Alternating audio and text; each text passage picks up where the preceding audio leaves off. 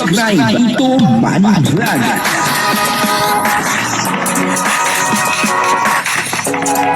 Payagan po si Tito Manny Vlog na mag-reactor para pambiling gamot sa kanya pong karamdaman.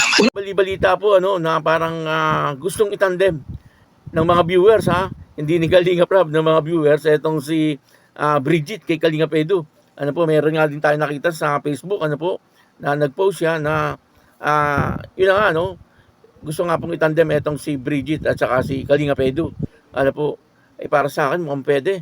Kasi maganda po etong si Bridget. At kung sakali man na talagang magkaroon po sila ng love team, sa tingin ko po to, tatangkilikin to ng mga viewers. Kaya lang noon ay nagsalita na po etong si Kalinga Prab na ang sabi niya po ay hindi na muna po niya ilalove team etong si Kalinga Pedro. Ang hinahanap nila para kay Kalinga Pedro ay yung talagang diretso na, yung love team na habang buhay. Kumbaga yung pakakasalan na ni Kalinga Pedro. Ay kung magkakagustuhan po sila ni Bridget saka ni Kalinga Pedro ay talagang pwedeng-pwede. Kasi sa tingin ko disenteng tao din naman etong si Bridget. At isa pa ay ito, parang magna cum laude. Matalino po ito si Bridget at napakaganda. Ni Bridget, artistahin talaga. At sa tingin ko naman bagay naman po sila ni Kalinga Pedro. Kaya lang siyempre, ang decision po niya lagi nakadepende kay Kalinga Prab at saka kay Kalinga Pedro. Kasi dati nagsalita na si Kalinga Prab na talagang hindi na raw po niya itatandem etong si Kalinga Pedro or ilalab team. Kumbaga ang dapat daw hanapin ni Kalinga Pedro ay yung makakasama na niya sa habang buhay. Pwede rin kasi siyempre nasa edad na rin etong si Kalinga Pedro, parang 30 na si Kalinga Pedro, pero sa lalaki bata pa po yan. Kung sa babae medyo alanganin na. Dapat talaga mag-asawa na. Pero sa lalaki okay pa yan, 30 years old. Mali natin pagka itinandem etong si Kalinga Pedro kay Bridget, at talagang baka sila. Mali lang natin ito opinion ko lang. Mali natin baka sila magkatuluyan. Sigurado naman na magugustuhan ng pamilya ni Kalinga Pedro etong si Bridget, kasi matalinong bata ito si Bridget. At talagang napakaganda pa, artistahin. At siguro naman sa pag-uugali, bagamat hindi po natin alam kung anong klaseng merong ugali etong si Bridget, pero pagdating po sa pagbablog ni Kalinga Prab ay okay naman po. Yung kanyang ugali, at ang sabi niya nga po, talagang nagsisikap siya na makatapos po siya sa kanyang pag-aaral. Yun po ang pangarap niya, at marami po ang humahanga dito. Sa mga K-boys na binata, ay talagang hinahangaan siguro talaga ito si Bridget. Kung sakaling itatandem po kay Kalinga Pedro, sa opinion ko ay okay. Mukhang tatangkilikin po ito ng mga viewers.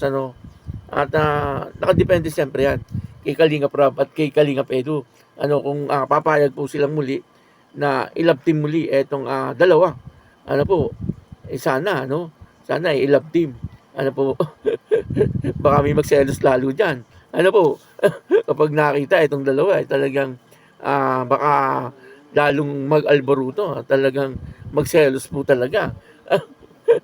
Pero di naman siguro kasi wala naman kumbaga may kanya-kanyang buhay na Kasi pinagmasdan ko po yung picture nilang dalawa, ay mukhang bagay naman talaga etong dalawa, si Bridget at saka si Kalinga Pedro. At mukhang tatangkilikin po ito ng mga viewers. Yung isa pa, si Kalinga Pedro ay wala naman pong inilalab team dyan na hindi po nagtitrending.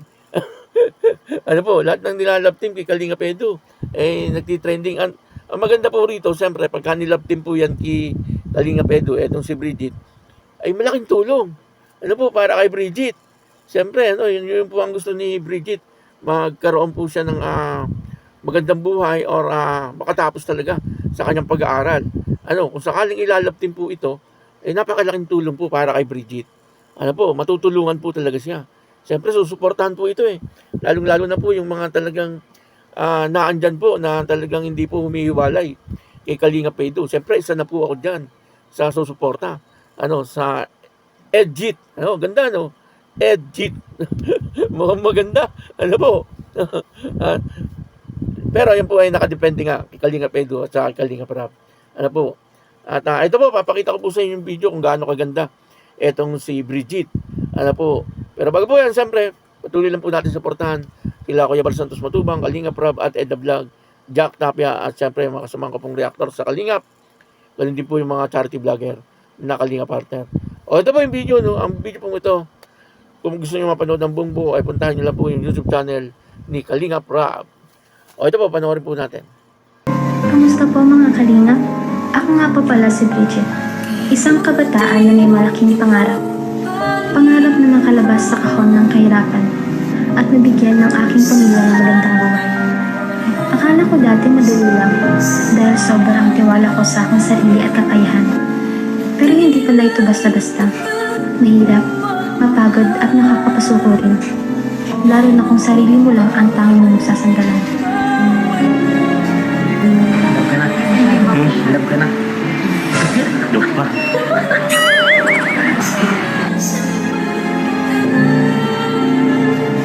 Nasanay kasi ako na harapin ang mga problema ng solo lang. Hanggang sa dumating ang Team Kalingap, sila Kuya Rab. Nasabi ko sa sarili ko, sila na kaya yung matagal ko nang hinihintay? Yung magbubuo sa kakulangan para matupad ang aking pangarap? Sa totoo lang, nung dumating sila, biglang gumaan ang aking pakiramdam. At maluha-luha ako sa saya. Yung para bang makaramdam ako ng pag-asa. Kaya hanggang ngayon, mas lalo kong ginagalingan dahil andyan ating Kalingap na nakasuporta at magpapalakas sa amin. Ang pagkakataon na iyon.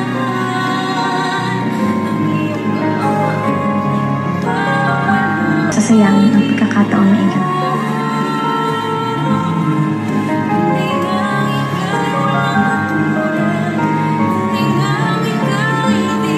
Bridget, kumusta? Ano nga po kuya, para po nasa pageant lang din po ako, pero ngayon po parang wala yung kaba. Wow. More on excitement po. Yun, Tapos, syempre, yung feeling po na parang heartwarming siya. Heartwarming?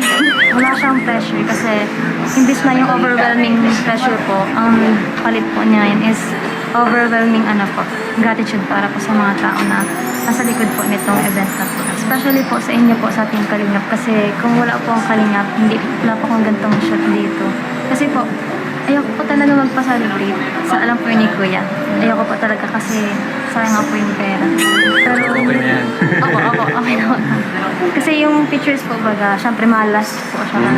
Kahit balik-balikan mo, andyan pa yung memories sa likod po ng mga pictures na yun.